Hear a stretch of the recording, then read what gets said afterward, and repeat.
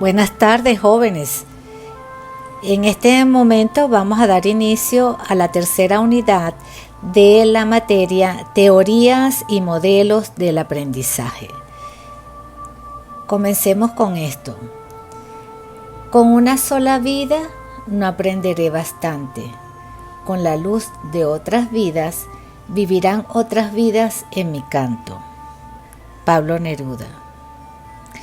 A propósito del aprendizaje, es bueno considerar cuál es el mensaje que nos deja aquí Pablo Neruda, que es un escritor de poemas y de mensajes que tienen que ver con las relaciones y con la vida misma. Y fíjense que en este caso lo traigo a colación para hablar del tema del aprendizaje. Entonces le dejo este regalo allí, porque no todo es la parte cognitiva. Vamos a ver este otro que le sugiere. Dices que nada se crea, no te importe, con el barro de la tierra haz una copa para que beba tu hermano. Antonio Machado, otro escritor, poeta, que nos deja otro mensaje para que activemos entonces ambos hemisferios, en especial el izquierdo.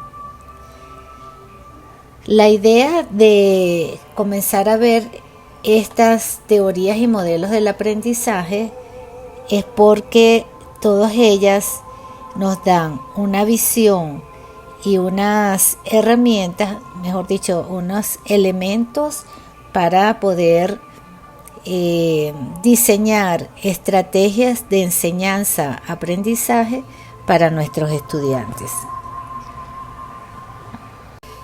En este momento vamos a ver el tema, el aprendizaje, y la primera teoría que vamos a ver es el enfoque conductual. Entonces, los objetivos que tenemos previsto para este tema son analizar el enfoque conductual del aprendizaje y discutir los conceptos estudiados en función de la aplicabilidad en el ámbito del desempeño docente. En este sentido, vamos a ver, siempre la idea es buscar en nuestra memoria qué es lo que sabemos con respecto a este tema, y así vamos tomando conciencia de lo que nos falta por aprender o por descubrir. En este caso los invito a lo siguiente, a reflexionar. ¿Qué sabemos del aprendizaje? ¿Cómo el individuo aprende? ¿En cuáles ámbitos se da este proceso? ¿Cómo promover y evaluar el aprendizaje en los estudiantes? Fíjense que estas preguntas nunca pierden vigencia, porque continuamente estamos aprendiendo. Ahora, ¿cómo sabemos que estamos aprendiendo?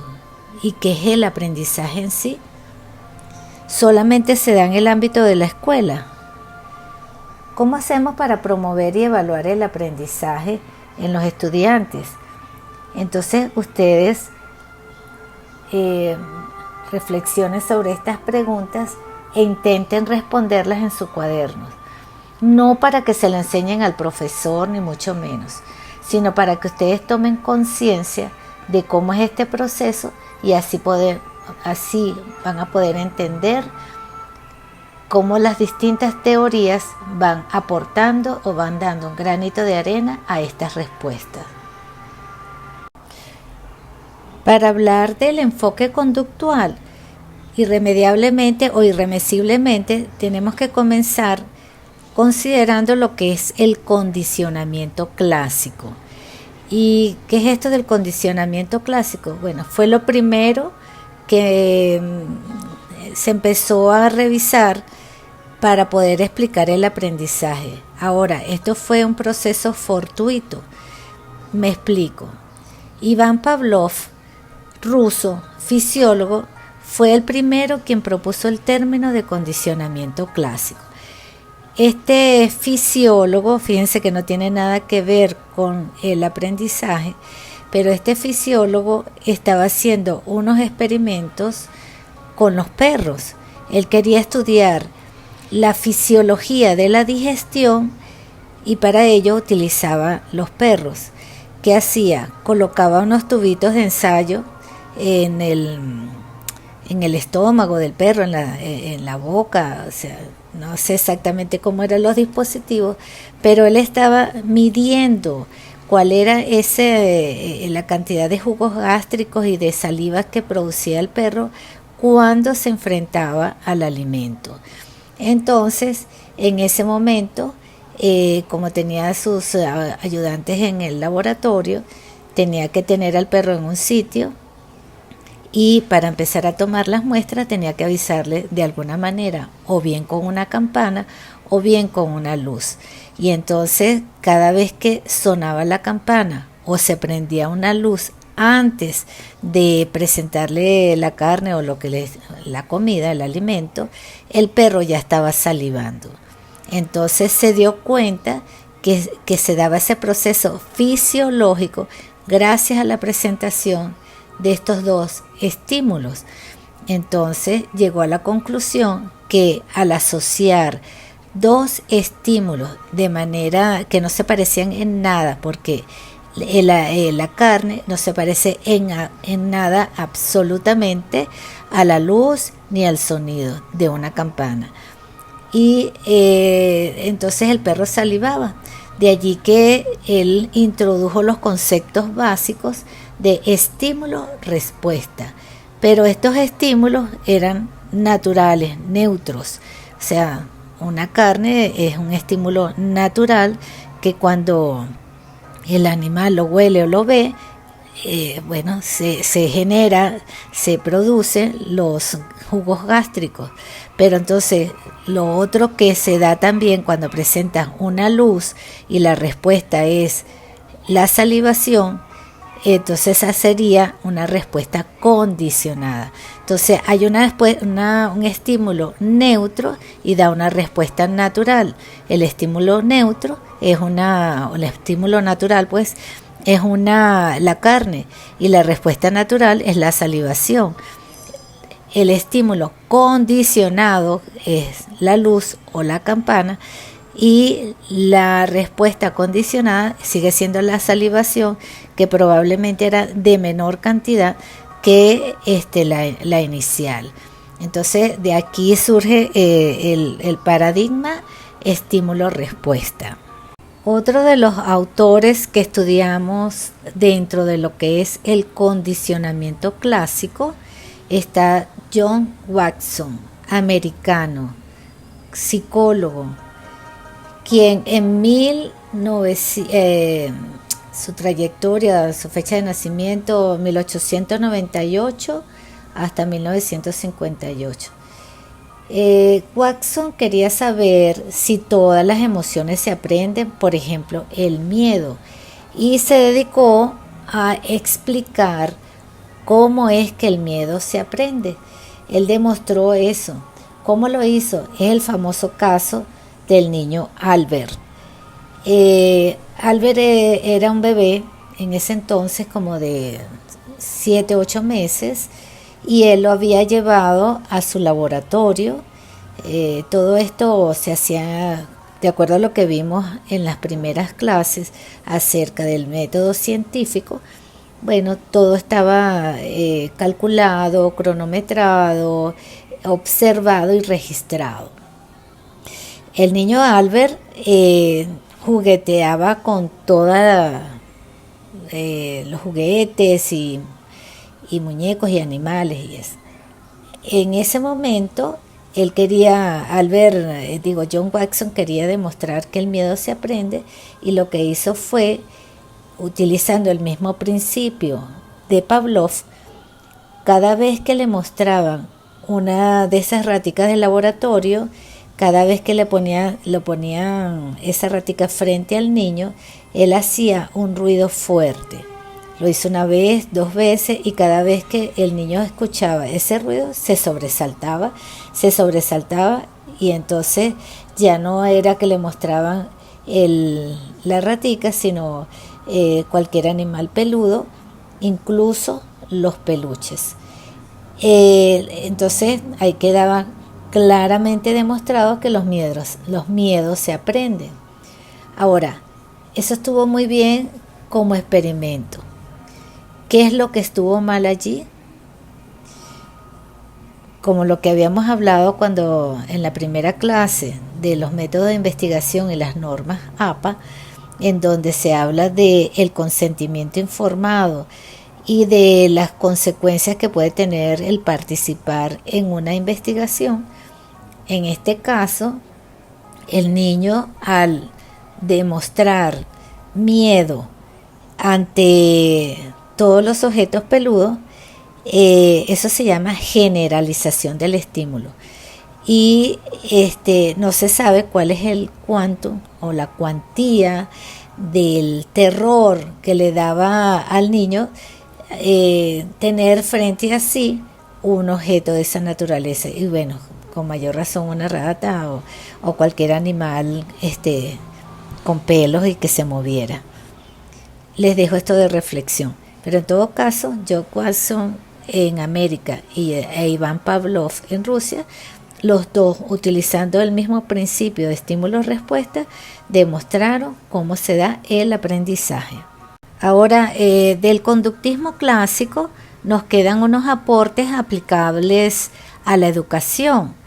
¿Cuáles serían esos principios o estos elementos claves tomados de este enfoque conductual, sobre todo en este primer periodo, que es el enfoque de condicionamiento clásico, llevado a los programas educativos? Sugerían que para que se diera el aprendizaje tenía que realizarse actividades similares para producir los mismos comportamientos en los niños y aprendices, los niños o aprendices. Es decir, si ya sabemos que un estímulo produce una respuesta, entonces hagamos actividades similares para obtener las mismas respuestas. Esto se colocaba en el currículum de educación y se llamó aprendizaje por objetivos. Si usted quería que enseñarles matemáticas, tenía que decirles a todos de la misma manera, o así fuese lengua, ciencia y todos los contenidos. Ahora, ¿para qué se aplica fundamentalmente el condicionamiento? Para los cambios de hábitos y de conductas disruptivas. Esto significa que cuando las personas hacen las cosas de la misma manera en un contexto igual, es una forma de ir formando hábitos, de ir creando hábitos. De todas maneras, le voy a dejar una reflexión. ¿Cuáles son las aplicaciones, que este es un ejemplo, y cuáles son las implicaciones de este enfoque? Fíjense, en cuanto a aplicaciones, bueno, se aplica en educación y en el deporte, en otras áreas. Y las implicaciones tienen que ver con cómo considero al niño, cómo considero al docente, cómo se consideran los recursos o los materiales para producir un aprendizaje. Entonces, si todos los niños van a responder, o pienso que los niños van a responder de la misma manera ante estímulos similares, que quiere decir que cómo se consideran a los niños, entonces esto es un punto de reflexión que después pudiéramos discutir en uno de los encuentros síncronos. Lo interesante de la psicología es que todo va cambiando.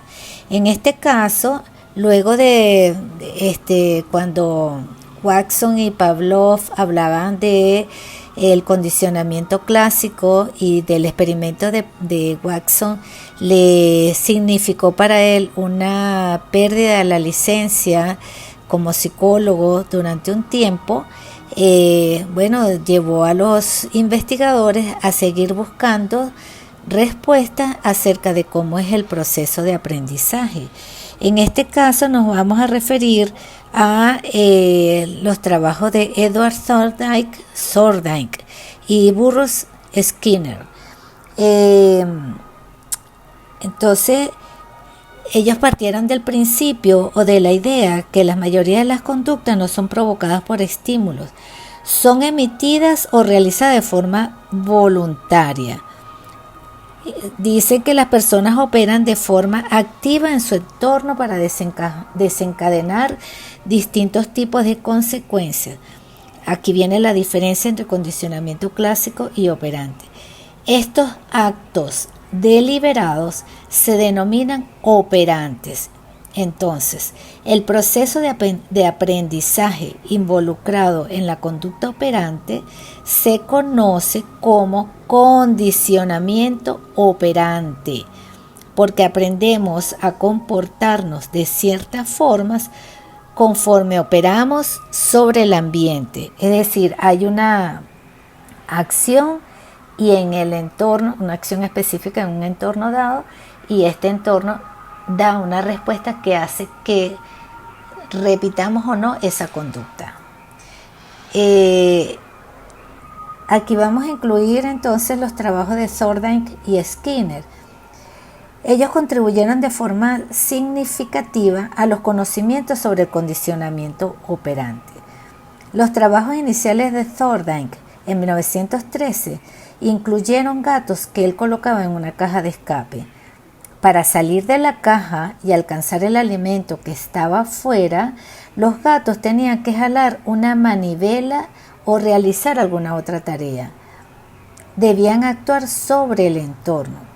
Durante estos frenéticos movimientos que seguían al cierre de la caja, los gatos finalmente hacían el movimiento adecuado para escapar, casi siempre de manera accidental. Después de repetir el proceso varias veces, los gatos aprendían a dar la respuesta correcta casi de inmediato. Con base a estos experimentos, Thorndike decidió que una importante ley del aprendizaje era la ley del efecto, es decir, cualquier acto que provoque un efecto gratificante en una situación dada tenderá a repetirse en dicha situación. Puesto que el hecho de accionar una manivela genera satisfacción porque le da acceso a la comida, los gatos repetían ese movimiento cuando estaban nuevamente dentro de la caja.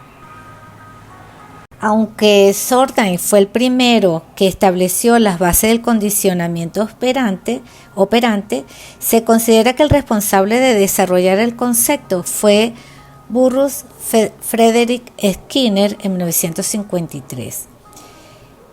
Quien inició con la creencia de que los principios del condicionamiento clásico solo explican una pequeña fracción del comportamiento aprendido.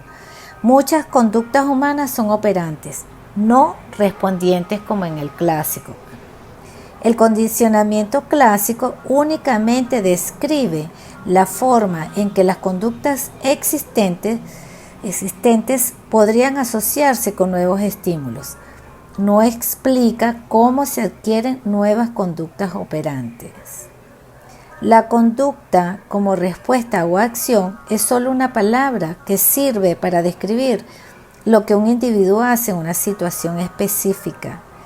Conceptualmente pensamos en una conducta como si fuera un emparedado, un acto que está entre dos conjuntos de influencias ambientales. Aquellas que las preceden, es decir, sus antecedentes, y las que les siguen, es decir, sus consecuencias. Sin embargo, en las investigaciones posteriores, Skinner demostró que el condicionamiento operante, mejor dicho, que en el condicionamiento operante la conducta podría ser alterada por cambios tanto en los antecedentes, en las consecuencias o en ambos. Y esto lo hizo sustentado en los trabajos que realizó con las ratas o pichones como sujetos. Ahora, jóvenes, veremos los conceptos básicos del enfoque conductual en general. Aquí, fíjense que vemos, claro, siempre se pone una ratica de laboratorio porque usualmente es lo que se utilizó para como sujetos de investigación en los laboratorios, ¿okay? Pero también usaron palomas y gatos, etcétera. Es importante que les señale que estos conceptos los estoy tomando del libro Psicología Educativa de Anita Wohlforth. Entonces, ¿qué es un reforzador? Es cualquier consecuencia que fomenta la conducta que le sigue. Así, por definición, las conductas reforzadas incrementan su frecuencia o duración. El reforzamiento es el uso de las consecuencias para fomentar la conducta. Entonces hay varios tipos de reforzamiento. Mejor dicho, hay dos tipos de reforzamiento. Uno es reforzamiento positivo. Este ocurre cuando la conducta provoca un nuevo estímulo. Ejemplo, el picoteo de un pichón sobre el botón rojo para conseguir alimento, el uso de un vestuario nuevo para motivar abundantes elogios, o dejarse caer de la silla para provocar ovaciones y risas en los compañeros de clase, que eso suele ocurrir cuando en un salón de clases. Bueno, piensen ustedes en algún reforzador positivo. Por ejemplo, si usted echa un chiste y todo el mundo se ríe, eso es un reforzador positivo porque va a incrementar la probabilidad de que siga echando chistes. Ahora bien, así como hay reforzadores positivos, hay reforzadores negativos. Entonces, cuando la consecuencia que fortalece la conducta es la desaparición o eliminación de un estímulo, el proceso se llama reforzamiento negativo. Si un acto específico conduce a la evitación o al escape de una situación aversiva, es probable que el acto se repita en una situación similar, es decir, que se escape. Un ejemplo común es el timbre del cinturón de seguridad de los automóviles. Tan pronto como usted abrocha su cinturón, el molesto sonido desaparece. Es probable que usted repita este acto en el futuro, porque la conducta hizo que desapareciera el estímulo aversivo.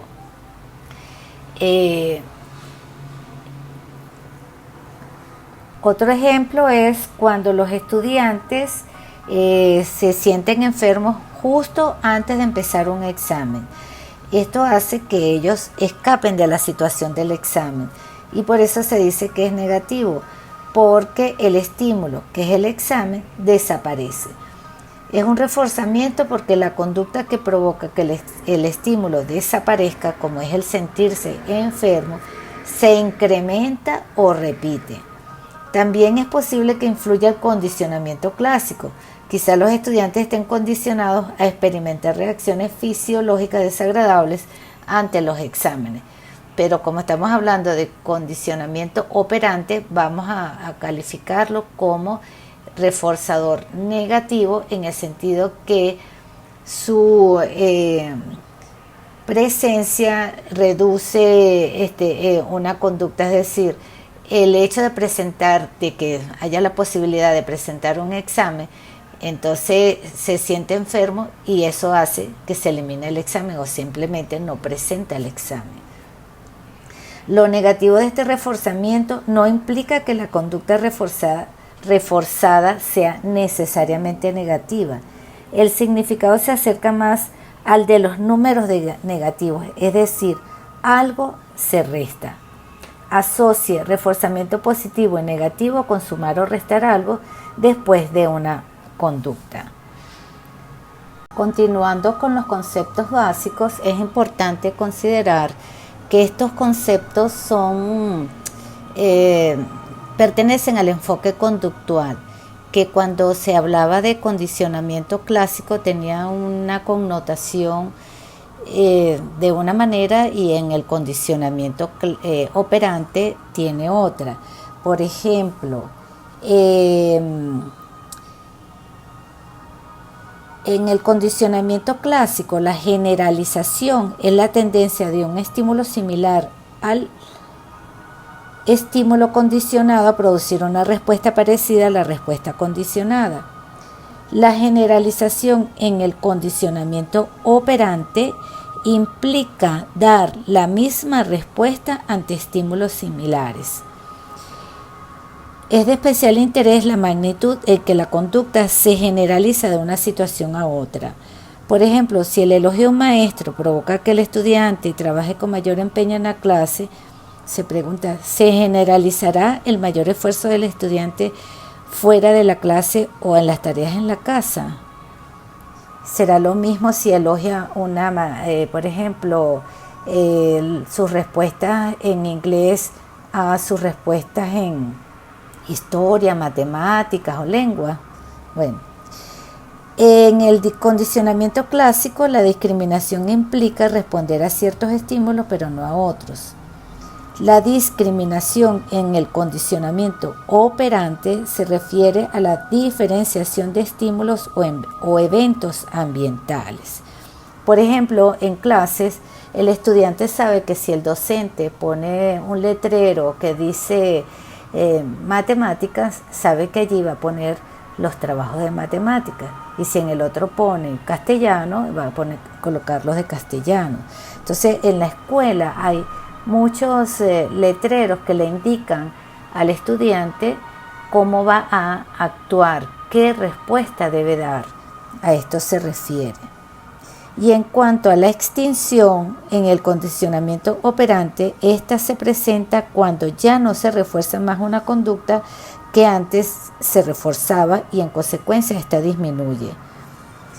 En clase, el uso más común de la extinción es cuando el maestro retira la atención de una conducta mantenida por dicha atención.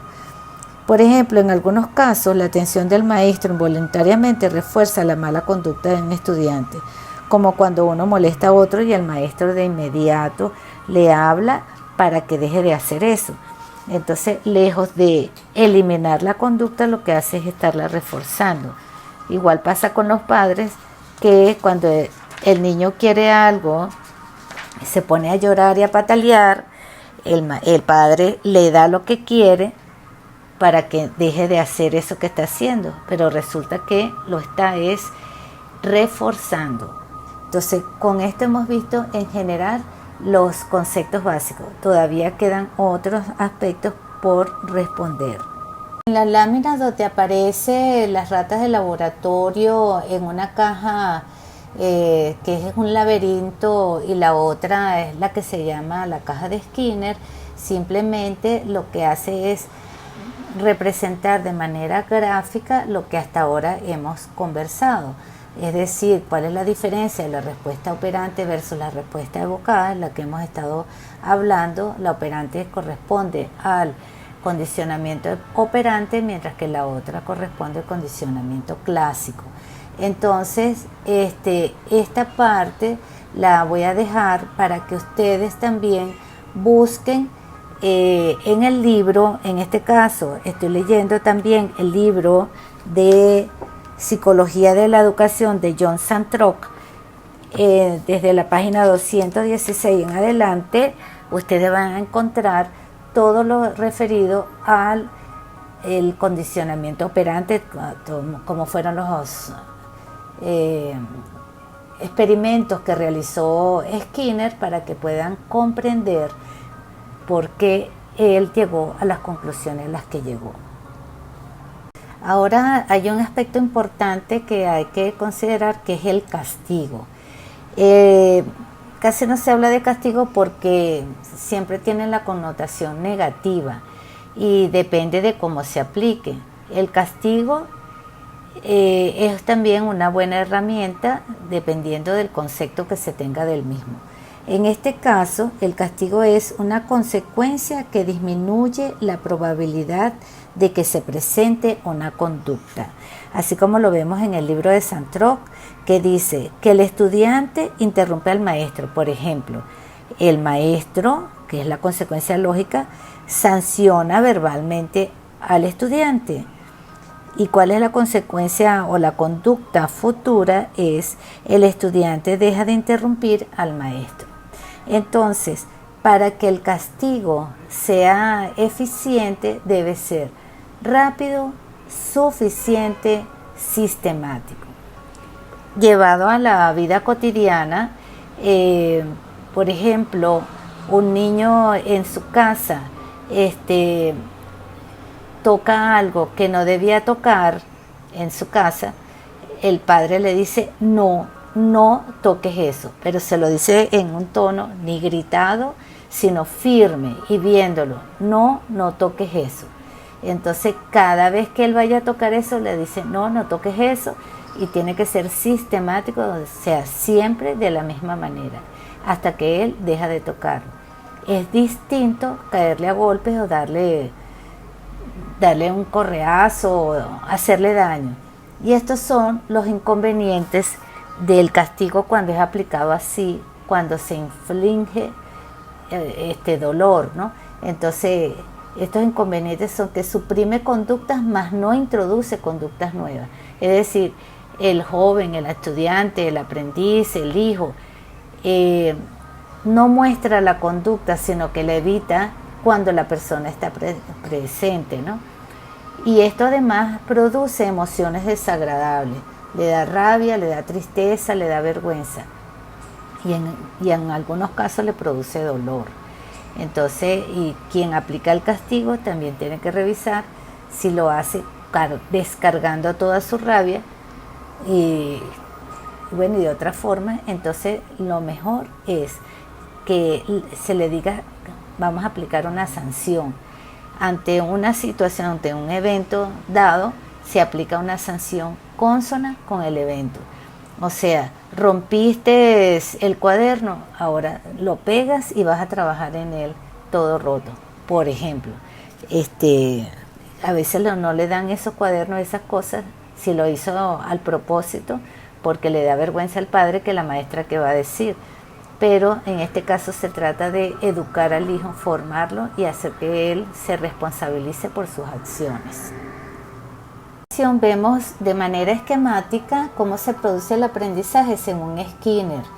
Entonces, fíjense que él utiliza lo que se llama la caja de Skinner. Al final le quedó con su nombre porque diseñó este aparato en donde el animal pues tenía acceso a lo que llamaban pellets o un alimento si le daba la palanquita.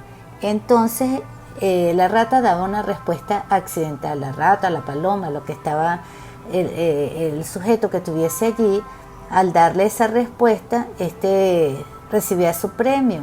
Entonces ya el animal no lo hace de manera errática, sino que va directamente a darle la palanca, obtiene, por eso que se dice que da una respuesta deliberada, y ella continúa presionando la palanca para tener el alimento que quiere tener. Entonces, aquí en la siguiente lámina vemos cómo se señalan los pasos a seguir.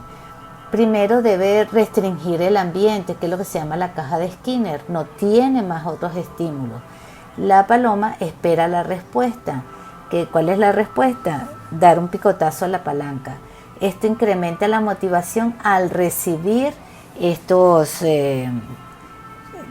alimentos. ¿Qué queremos decir con moldeamiento?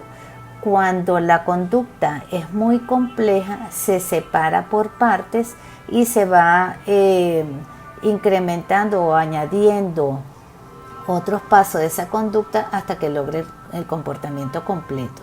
Probablemente la paloma estuvo dándole vueltas a toda la caja, buscando, picoteando a todos lados hasta que encontró la palanca. Cuando encontró la palanca, accidentalmente le empezó a dar, y ahí empezó a recibir reforzamiento o recibir el reforzador, que era el alimento. Entonces, ¿cuándo decimos que se produce el aprendizaje? Cuando en lugar de tener varios ensayos, va directamente a darle la palanca. ¿Cuánto tiempo dura el aprendizaje? Depende de su uso. En la medida que lo sigue usando, eso queda allí grabado. Y también depende del sujeto. de la capacidad cognitiva que tenga para mantener ese aprendizaje en su memoria. Hablamos de extinción y recuperación. Extinción es cuando ya sabemos que al no reforzar la conducta, esta desaparece. Y una recuperación es cuando súbitamente aparece la conducta ante un evento específico. Un ejemplo clásico es el montar en bicicleta. Cuando aprenden a montar bicicleta, bueno, se va dando, y aquí voy a aprovechar para explicar lo de moldeamiento.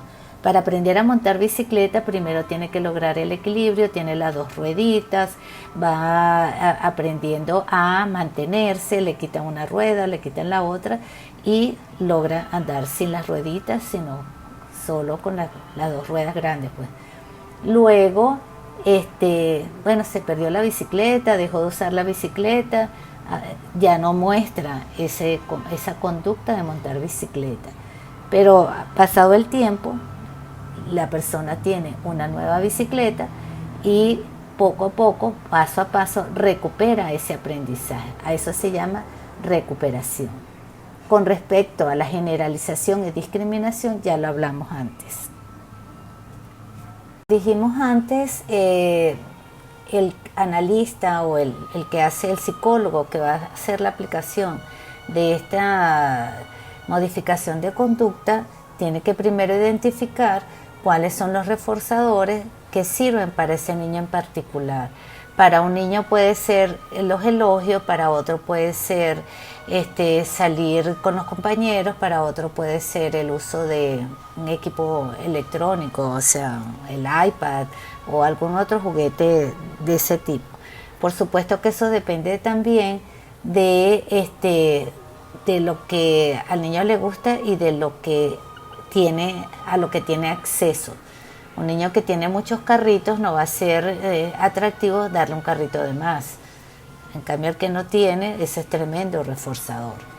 Existen lo que se llama reforzadores primarios y reforzadores secundarios. Los reforzadores primarios satisfacen necesidades básicas.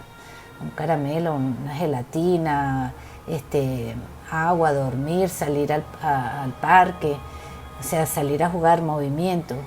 Los reforzadores secundarios tienen que ver con el aprendizaje previo, es decir, que esté asociado con un reforzador primario. Por ejemplo, aquí ponen economía, coloco allí economía de fichas, es decir, el niño no todo el tiempo le vas a dar un helado, pero si él guarda sus juguetes, una vez que termine de jugar, tú le vas dando cada día una ficha. Y entonces si reúnes 5 fichas correspondientes a 5 días de la semana, al final, el sábado, le compras un helado. Eso se llama economía de fichas. En cuanto a las contingencias, son las condiciones que están alrededor o en la situación. Por ejemplo, aquí se habla también de que una conducta es contingente a la otra. Por ejemplo, un grito o un elogio es contingente a la conducta que realiza de contar una historia o echar un chiste o hacer una morisqueta. Entonces hay que ver por eso es que es importante acondicionar el entorno para que el estudiante o el sujeto a quien se le está aplicando esta modificación de conducta esté claro de cuál es el comportamiento o la meta que se quiere alcanzar. De todas maneras, estos son tips que le estoy dando y usted debe ampliar esta información directamente en el libro o en los libros, porque este es un tema bastante amplio y denso. O sea, cada uno de estos conceptos son interesantes por sí mismos y su aplicación eficiente dependerá de cuán bien maneja usted esa información. Hablemos ahora del análisis conductual aplicado. Esto Este simplemente se refiere a la aplicación de los principios de condicionamiento operante para modificar la conducta humana. Y existen tres importantes usos aplicados a la educación, y son el aumento de la conducta deseada, el uso de instigadores y moldeamientos y la disminución de conductas indeseables. Los usos del análisis conductual aplicado a menudo utilizan una serie de pasos, los cuales inician con algunas observaciones generales y después de determinar la conducta blanco específica que necesita ser modificada, así como la observación de sus condiciones antecedentes. Luego se establecen los objetivos conductuales, se seleccionan los reforzadores o estímulos punitivos, se pone en práctica un programa de manejo de conducta y se evalúa el éxito o fracaso de dicho programa. Dicho en otros términos, ¿qué quiere decir esto? Simple y llanamente que todo lo que ya vimos de condicionamiento operante, al aplicarlo a la conducta humana, o sea, la modificación de conducta, estamos hablando de análisis conductual aplicado. Y evidentemente que esto pasa por una observación del sujeto y de lo que se quiere lograr. Esto quiere decir, además, o está implícito en esta manera de abordar la situación, que no todos funcionan de la misma manera. Es decir, cuando a un niño, por ejemplo, quieres modificar su conducta de berrinche ante la comida, tienes que ver qué pasa antes, durante y después, y las características de ese niño. Y en función de ello se establece un programa específico con instigadores y moldeadores específicos para lograr esa conducta que sería comerse los vegetales, por ejemplo.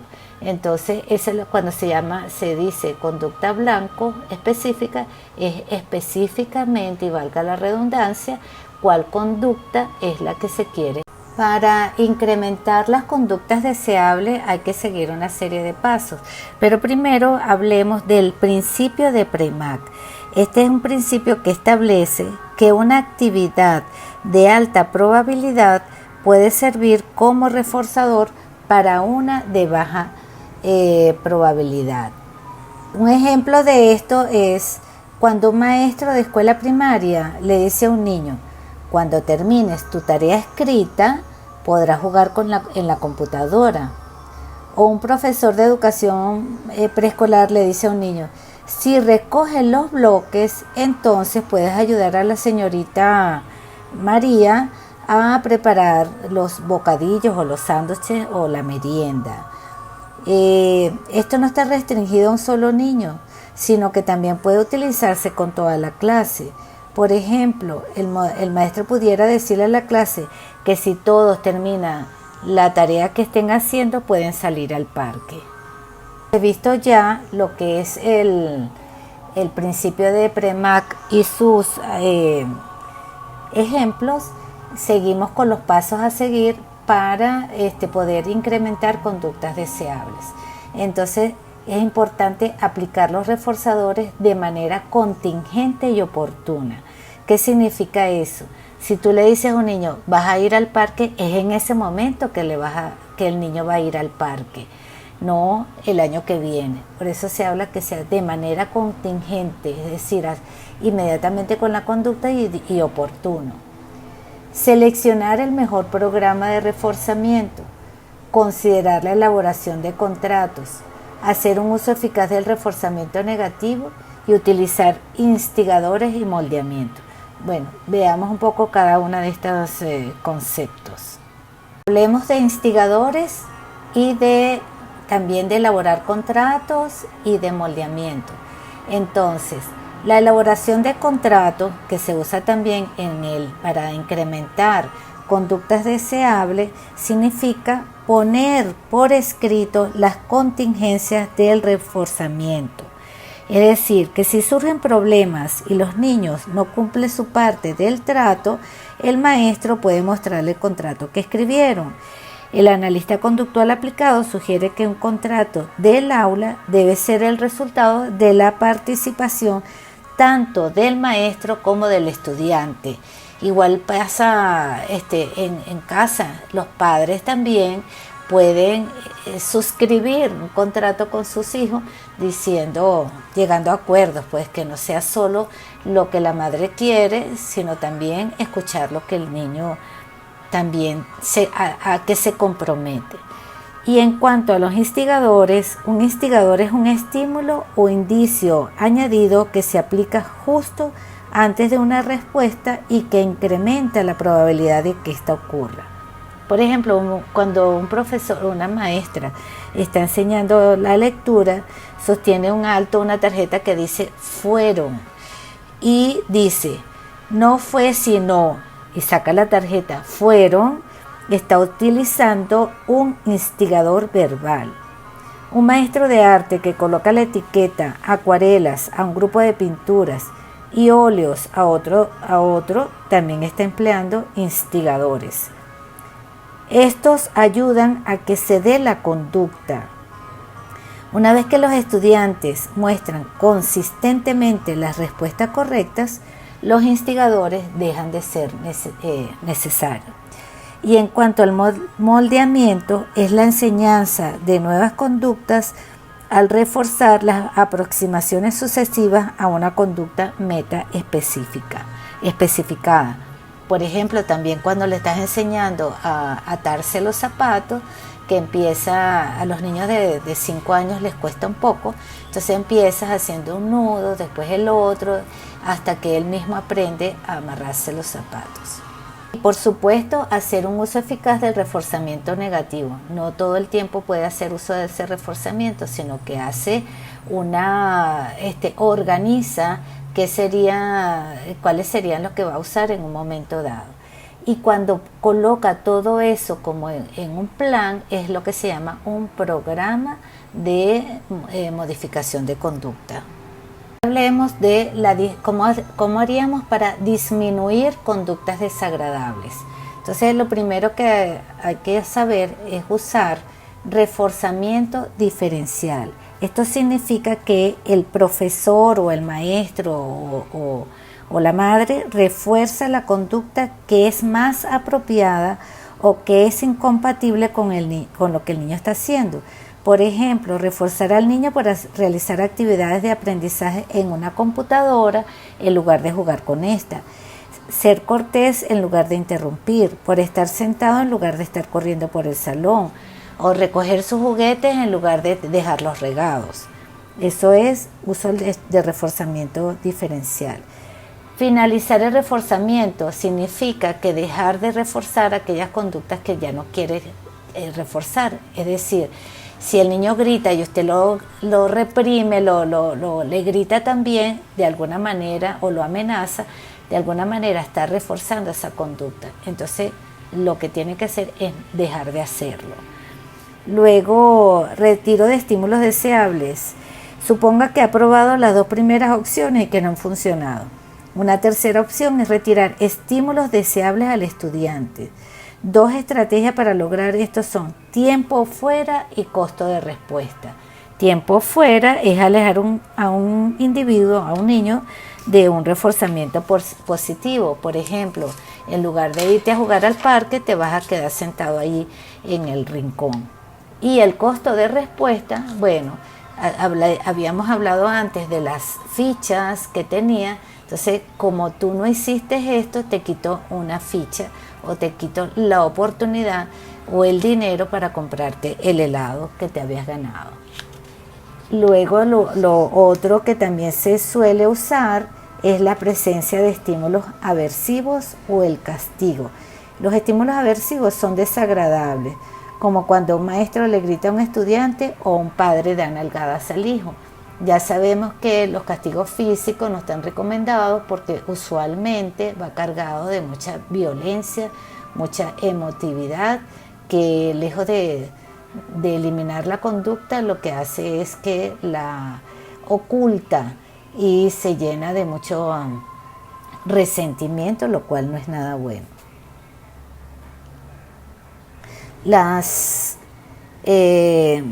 Las reprimendas son más eficaces cuando se aplican inmediatamente después de la conducta indeseable, cuando son rápidas y van al grano.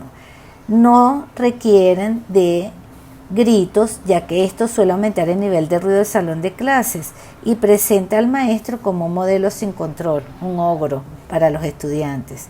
En su lugar, una afirmación firme sería: deja de hacer eso.